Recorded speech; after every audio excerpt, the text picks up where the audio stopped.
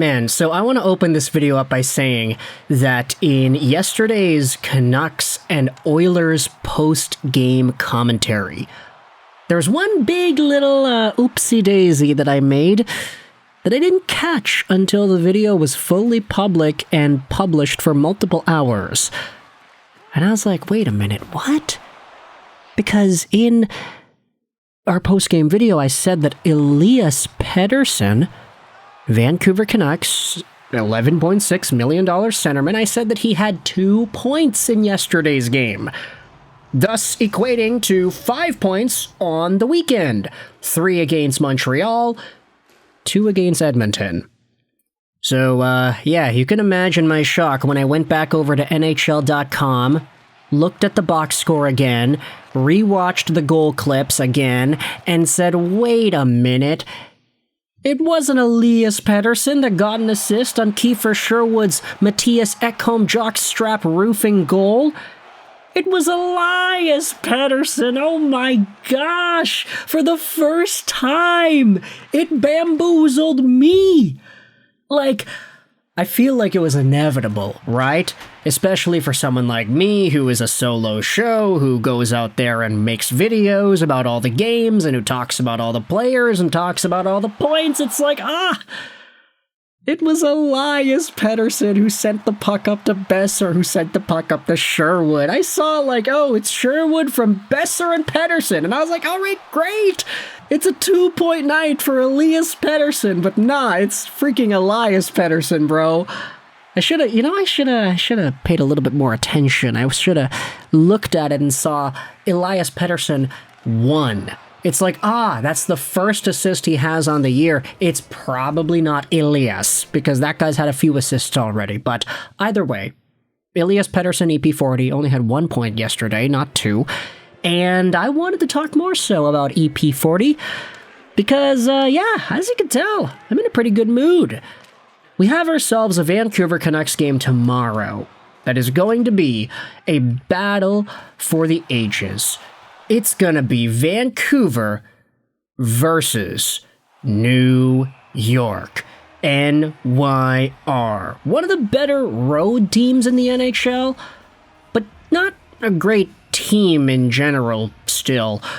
When you look at what's going on with the Rangers and how they totally suck at home, they can't score any goals at home, and they're one of the worst teams in the league at the time of recording this audio, and I wanted to talk about this tweet, posted by Logan Canucks Skate on Twitter, that talks about, through 10 games, 26-year-old Elias Pettersson has 3 goals, 5 assists, and a +3. And 32-year-old JT Miller has 2 goals, 4 assists, and a -4. Gotta be feeling good about that decision right now. Pettersson is at 8 points, Miller is at 6, and right now, for the first time, literally the first time since the gosh darn trade was made, heck, literally the first time since February of 2024, 2 seasons ago, for the first time since around that period, Elias Pettersson has gone out there and outscored JT Miller in a decent sample. The entire 2024-2025 season, we saw Miller get more points than Petey, both pre-trade and post-trade.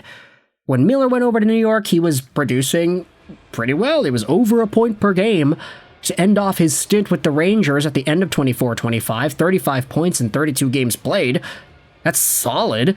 70-point season in 72 total games for JT Miller. Pettersson, on the other hand, well, Elias Pettersson, it won't be the first time anybody mentions the fact that he had only 45 points that year. 64 games, but yeah, 45 points. This season, Petey is now up to 8 points in 10 games, and he's a point per game in his last 5. And the best part is, it's like, man, this guy is starting to play so well again.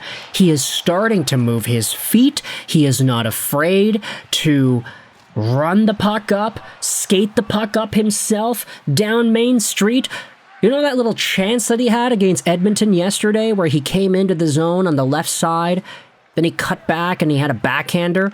Yeah, that might have been the fastest we have seen Elias Pettersson skate in years. And the game against Montreal, also one of the best games we have seen out of this guy. Even Ray Ferraro said so. In years. Elias Pettersson is freaking getting back into it, baby. He's not fully back yet. He needs a 5-point game in order for us to fully feel like he is, like, back. Like, he'll be able to get 100 points in a season again back if he just keeps it up like that.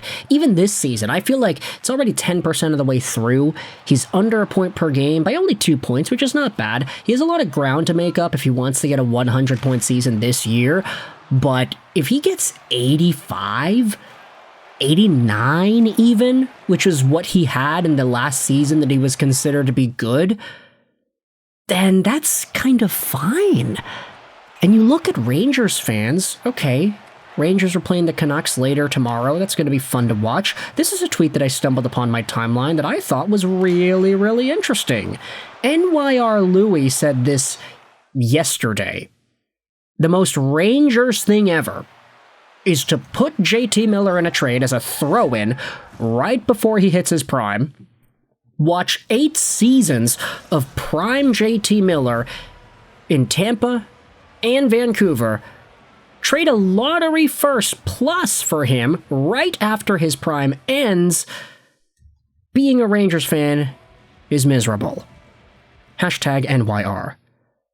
Don't worry, he only has a no-move clause on $8+ million AAV for 5 years. Ha ha ha, it's a disgrace, man. JT Miller and Zibanejad as our top players till 2030. Why have one regressing center entering his mid to late 30s making $8 million plus with full no-move clauses when you can have 2 of them? Chris Drury said. And the fact that there are so many folks agreeing with this and reposting, liking this tweet, it says to me that there's a very particular way that Rangers fans feel about the JT Miller acquisition and about JT Miller as a player. Yes, it's true, the guy might be hurt right now. But it is so interesting to see how things have gone for this guy the past few games, from what happened against the San Jose Sharks the other night, to the loss, just total crumble of a loss against the Calgary Flames. I mean, this Rangers team, they had their bread and butter on the road earlier on in the year, but that 5-1 loss to Calgary, that's killer. The Flames suck, and New York just lost to them. So either the Rangers and JT are going to be angry and wanting to come into town, into Vancouver, and just beat up whatever they could get their grubby little paws on and get themselves back in the dub column, or this Rangers team just isn't that good. And I'm talking a big talk right now because my Vancouver Canucks just beat the Edmonton Oilers, so I'm feeling pretty good about myself, but all that can change tomorrow if the Vancouver Canucks don't have Quinn Hughes coming back and they don't get anything going, which is totally possible when they're not having Quinn Hughes. Elias Pettersson being good, though, is so important to this gosh darn hockey team in that it allows the upper ceiling of that team to expand by such a vast amount that it's like, it's not even verbally describable. Pettersson being good changes just how good the Canucks can be.